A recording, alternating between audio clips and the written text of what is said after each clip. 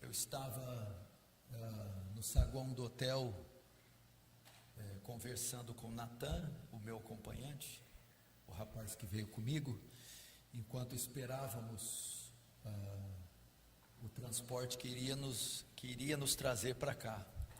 Estávamos conversando sobre a corrupção do meio evangélico nos dias atuais, a degradação dos púlpitos, da pregação. Então eu mencionei, na época de Lutero, que foi o período das trevas, século XII em diante, uma coisa assim horrorosa. O Papa Leão X, na intenção de construir a Basílica de São Pedro, cria ali então, formula a venda das indulgências, um documento que livraria os pecadores do purgatório. E esse documento era adquirido mediante o pagamento de um valor. Enfim, aí você sabe o que acontece, surge a reforma protestante. Mas imagina, mesmo o período chamado das trevas, comparado aos dias de hoje, é meio-dia. Porque veja que coisa interessante.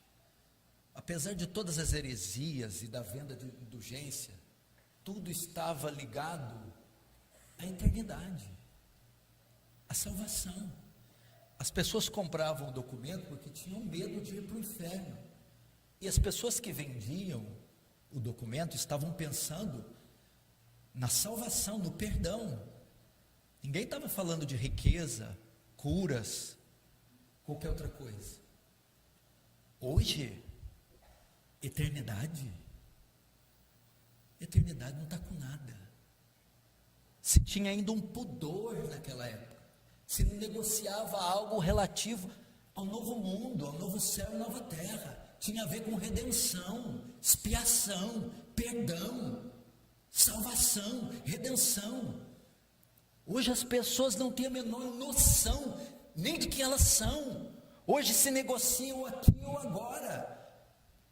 Hoje o que se vende é prosperidade, riqueza, fama, sucesso. Faz com que as indulgências sejam coisa de criança. Não há nenhuma menção de redenção, nenhuma menção de céu, de perdão, de inferno e de condenação. Isso é um absurdo. Isso foi retirado dos púlpitos. Os próprios indivíduos que frequentam essas comunidades não estão interessados em uma vida após a morte. Não estão preocupados com sua eternidade. Essas próprias pessoas estão ali buscando alguma coisa que dê alívio imediato, solução temporal, material, física. Elas não têm o menor interesse pelo estado eterno das suas almas. Essas pessoas que estão lotando auditórios para ouvir pregadores coaching, curandeiros, apóstolos. Essas pessoas estão lá para sentir alguma vibração interior, para ter alguma paz temporal, mas não tem nada a ver com redenção, com perdão. Aliás, nem se anuncia Cristo nessas igrejas. Eu desafio você a escutar algum desses sermões e contar quantas vezes o nome Cristo é mencionado. Eu te asseguro que em muitos casos você não vai ouvir uma vez sequer. E se ouvir, não vai ser o nome de Cristo associado à sua obra. Você não vai ouvir Cristo ser citado associado à sua obra, à sua encarnação, sua vida sem pecado, morte substitutiva, ressurreição, ascensão e governo. Você não vai ouvir isso. É um absurdo.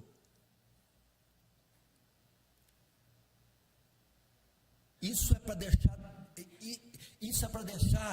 é para ficar devendo, ter dívida com John Tetzel. É para pedir desculpa para ele. Isso é muito triste. e até no meio também, alguns meios históricos, igrejas históricas. É tanta doutrina e teologia, tanta filosofia, que se esquece também de tratar o pecador como imagem e semelhança de Deus, que se esquece de pregar o evangelho e chamar o arrependimento, de pensar na multidão que está morrendo, indo aos borbotões ao inferno. Igreja, pecador, Deus, Jesus, cristão, não é somente tema de estudo. O Deus da Bíblia é um Deus vivo, não é um cadáver que eu abro, estudo o fígado, o rim, o coração, depois cubro, amanhã eu acabo de estudar o resto. Não, é um Deus vivo, que eu tenho que ter relacionamento. A igreja de Cristo é o povo eleito, povo esse que nós pastores temos que chorar. Pecadores são almas que a semelhança de John Knox, deveríamos também dizer: dá-me as almas do Brasil, senão eu morro. Dá-me as almas do Nordeste, senão eu morro. Dá-me as almas de Recife, senão eu morro. O que nós estamos precisando é de um avivamento. É de um avivamento. Eu falo à minha igreja várias vezes e falo na oração inicial: Senhor, eu estou cansado desse ativismo evangélico, eu estou cansado de programação e programações, retórica. Meu Deus, onde está a demonstração de poder que ocorria no tabernáculo metropolitano quando Spurgeon pregava, que acontecia em Northampton quando Jonathan Edwards pregava, que acontecia na Inglaterra como George Whitefield pregava, ou na capela de Westminster, quando às sextas-feiras aquele doutor abria a Bíblia em Romanos e expunha o texto com poder, lógica em chamas. Precisamos disso. Gente chorando. Me lembro quando eu conheci o Paul Washer pela primeira vez. Ele disse para um discípulo dele aqui no Brasil: eu quero conversar com alguns pastores, separa alguns pastores para eu conhecer no Brasil. E um deles fui eu, daí eu passei a conhecer ele. Mas eu me lembro que ele disse para o seu discípulo: quando eu encontrar esses pastores, a primeira coisa que eu quero fazer é levantar as calças deles para ver os joelhos, para ver a condição dos joelhos deles. E eu pensei: meu Deus, vai ver tanto Monange nesses joelhos. Nós precisamos entender que essas coisas não são fabricadas, não se compram numa prateleira de Walmart. Essas coisas não mudaram com a sofisticação, com a modernidade, meu irmão. Tozer disse: se alguém quer algo de Deus, deve aprender a gastar tempo, e muito tempo com Ele. Se o meu povo que se chama pelo meu nome orar, se humilhar, se arrepender dos seus pecados, então virei do céu, perdoarei seus pecados e sararei a sua terra. Precisamos disso, igreja. Orar, clamar a Deus, confessar nossos pecados. Leia Esdras 8, Esdras 9, leia Neemias 9, leia Daniel 9. A oração de confissão, de arrependimento, pedindo: ó Deus, aviva a tua obra, faz ela conhecida no meio dos anos. Na tua ira, lembra-te da misericórdia. Visita, Senhor. Visita o Congresso Nacional, visita o Parlamento, visita a Suprema Corte, visita o Legislativo, o Judiciário, visita, Senhor, visita o governo federal, visita, Senhor, as favelas, visita as periferias, visita as instituições, Senhor, que vai ser desse país. Como Leonardo Ravenhill disse, temos que clamar por um avivamento, porque eu temo, se não vir o avivamento, virá o juízo no lugar dele.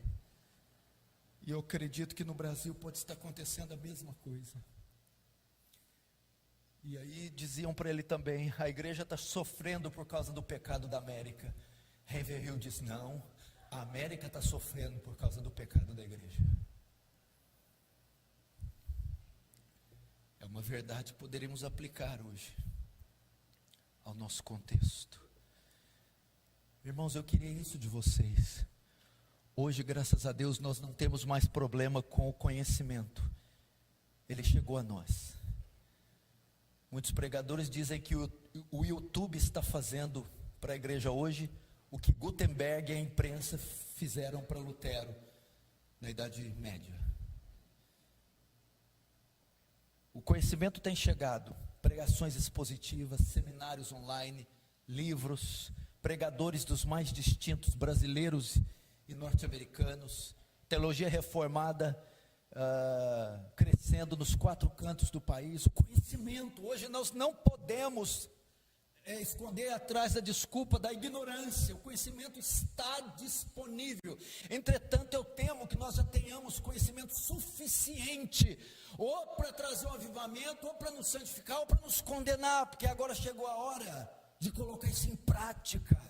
Chegou a hora de sairmos, vós sois o sal da terra e a luz do mundo. Chegou a hora de alçarmos a nossa voz na universidade, no curso fundamental, no médio, na repartição do trabalho, na empresa. Alçarmos a nossa voz e pregarmos o Evangelho de Cristo. Testemunharmos da nossa fé para esse mundo perdido. Precisamos pôr em prática. Já lemos sobre a coleção de livros de Ian Bound sobre oração. Agora precisamos dobrar nossos joelhos e orar. Já lemos sobre os sermões poderosos de Spurgeon. Agora chegou a hora de nós replicarmos a mesma coisa. Precisamos fazer isso. Ir às ruas, pregar o Evangelho de forma informal ou formal. Grupos formais ou informais, em tempo e fora de tempo. Você já imaginou se Recife for visitada com avivamento? Se a primeira igreja for visitada com avivamento? Você já imaginou se Deus abrisse os céus e rompesse um avivamento e nos despertasse para uma vida robusta de oração, fome das escrituras, fome de oração, fome por santificação, separação do mundo, do mundanismo, paixão pelas almas, desejo evangelístico, desejo missionário? Que rebuliço nós não causaríamos aqui? Você deve orar por isso. Pastor, mas já está tão bom. Sim, mas nós não temos ideia o quão bom ainda pode ser. Pastor, mas tem crescido tanto? Sim, mas não temos ideia o quanto ainda pode crescer mais. Quem concorda comigo diz amém. Amém. E essa não é a mensagem que eu vou pregar, tá? Agora eu nem sei o que eu prego mais.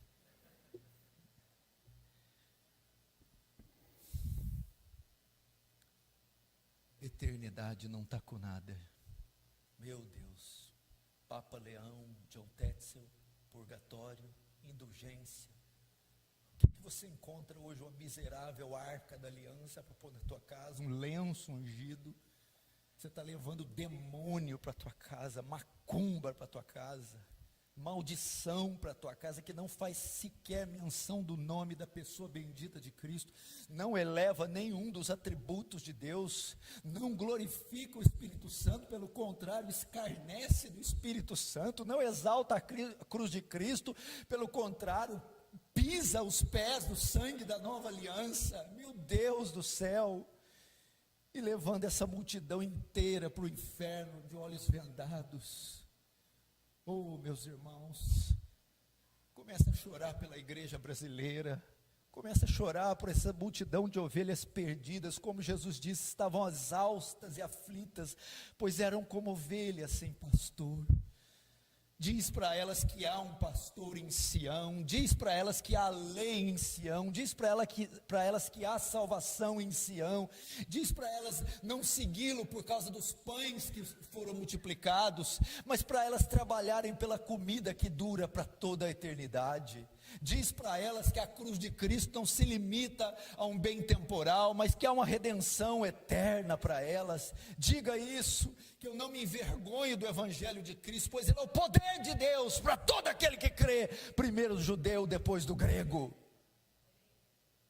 Diz para elas, meu irmão, como escreveu aquele velhinho, o outdoor de Cristo.